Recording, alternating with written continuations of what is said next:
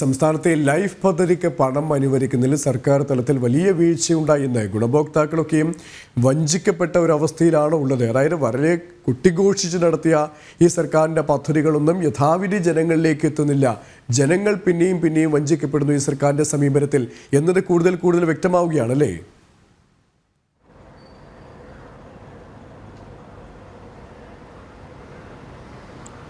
സുരേഷ്, അത് തന്നെയാണ് ഏറ്റവും പ്രധാനപ്പെട്ട കാര്യം. കാരണം സംസ്ഥാന സർക്കാർ കൊട്ടി ആഘോഷിച്ചു കൊണ്ടുവന്നൊരു പദ്ധതി ലൈഫ്, കേന്ദ്ര സർക്കാരിന്റെ പദ്ധതിയൊക്കെ തന്നെ വകമാറ്റി അല്ലെങ്കിൽ പേര് മാറ്റി സംസ്ഥാനത്ത് കേരള സർക്കാർ അവതരിപ്പിച്ചത് മാത്രമല്ല, അതിനുവേണ്ടി സംസ്ഥാനം വിഹിതം മാറ്റി വെക്കാറുണ്ട് ഓരോ വർഷങ്ങളിലും പദ്ധതി പ്രകാരം. പക്ഷേ അതിന് 2022-23 കാലയളവിലും ഒപ്പം തന്നെ 2023-24 കാലയളവിലും 74,729 ഗുണഭോക്താക്കളായിരുന്നു ആ പട്ടികയിൽ ഉണ്ടായിരുന്നത്. അതിൽ വസ്തു വാങ്ങി വീട് വെക്കാനും ഒപ്പം തന്നെ വീട് നിർമ്മാണത്തിന് മാത്രമായൊക്കെ ആയിരുന്നു ഈ സഹായം ഗ്രാമീണ മേഖലകൾ കേന്ദ്രീകരിച്ചും നഗരമേഖലകൾ കേന്ദ്രീകരിച്ചും നൽകിക്കൊണ്ടിരിക്കുന്നത്.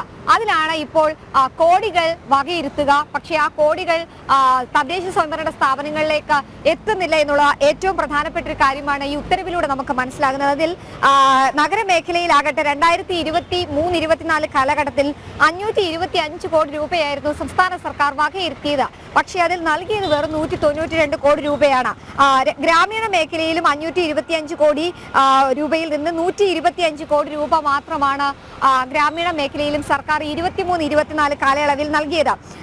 നഗരമേഖലയിലാകട്ടെ പദ്ധതി വിഹിതമായി നൽകേണ്ട 192 കോടി രൂപയിൽ നൽകിയത് വെറും 25 കോടി രൂപ മാത്രമാണ് എന്നുള്ളതാണ് ഏറ്റവും പ്രധാനപ്പെട്ട കാര്യം. ഏകദേശം 717 കോടി ലഭിച്ചത് 150 കോടി രൂപ മാത്രമാണ്. ഇതോടെയാണ് പല ഗഡുക്കളായി ലൈഫിന്റെ വീട് നിർമ്മാണത്തിനായി നൽകേണ്ട പണം ഉപഭോക്താക്കളിലേക്ക് എത്തുന്നില്ല. അവരുടെ വീട് പണി പല ഘട്ടങ്ങളിലും നിലച്ചു പോകുന്നു. നമ്മൾ കണ്ടതാണ് സംസ്ഥാനത്ത് പല ഘട്ടങ്ങളിലും ഈ ആത്മഹത്യ ചെയ്യുന്ന വക്കിലേക്ക് വരെ ഈ ഗുണഭോക്താക്കൾ എത്തുന്ന ഒരു സാഹചര്യം ഉണ്ടായിരുന്നു. ഒപ്പം തന്നെ ഉള്ള കിടപ്പാടം പൊളിച്ചു പുതിയൊരു കിടപ്പാടം ഉണ്ടാക്കാൻ സാധിക്കാതെ വരുന്ന സാധാരണക്കാരന്റെ അവസ്ഥ. അതേസമയം തന്നെയാണ് ഇവിടെ നവകേരള സദസ്സും കേരളീയം പോലെയുള്ള വിപുലമായ സർക്കാർ പരിപാടികൾ നടത്താൻ 1 രൂപ പോലും വകയിരുത്തിയാൽ ആ വകയിരുത്തുന്ന തുക അതേപടി തന്നെ അക്കൗണ്ടിലേക്ക് എത്തുന്ന സാഹചര്യം. സമാനമായി തന്നെയാണ് 2022-23 കാലയളവിലെയും സ്ഥിതി എന്നുള്ളതാണ് ഏറ്റവും പ്രധാനപ്പെട്ട കാര്യം.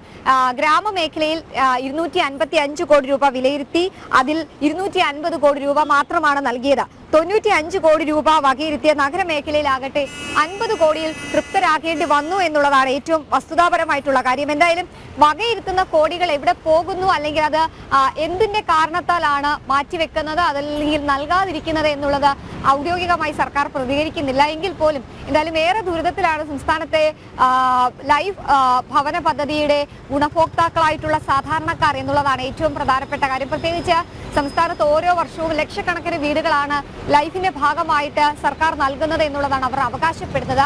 ആ അവകാശവാദം മാത്രം ഒരു ഭാഗത്ത് നിൽക്കുകയാണ്, മറുഭാഗത്ത് അത് കൃത്യമായി ജനങ്ങളിലേക്ക് എത്തുന്നില്ല എന്നുള്ളതാണ് ഏറ്റവും വസ്തുതാപരമായിട്ടുള്ള കാര്യം. എന്തായാലും ഇക്കാര്യത്തിലടക്കം പ്രതിഷേധം ഗുണഭോക്താക്കളിൽ നിന്ന് ശക്തമാണ്.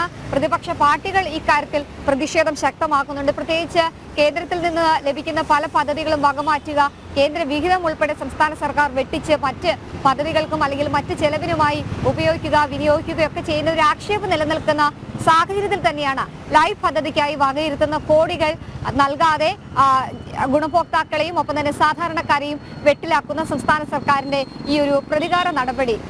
സുരേഷ്, ഏതായാലും തിരുവനന്തപുരത്ത് നിന്നും തലസ്ഥാന ജില്ലയിൽ നിന്നുള്ള പ്രധാനപ്പെട്ട വാർത്തകളുടെ സമഗ്രമായ വിശദാംശങ്ങളാണ് ശാലിനി നൽകിയത്.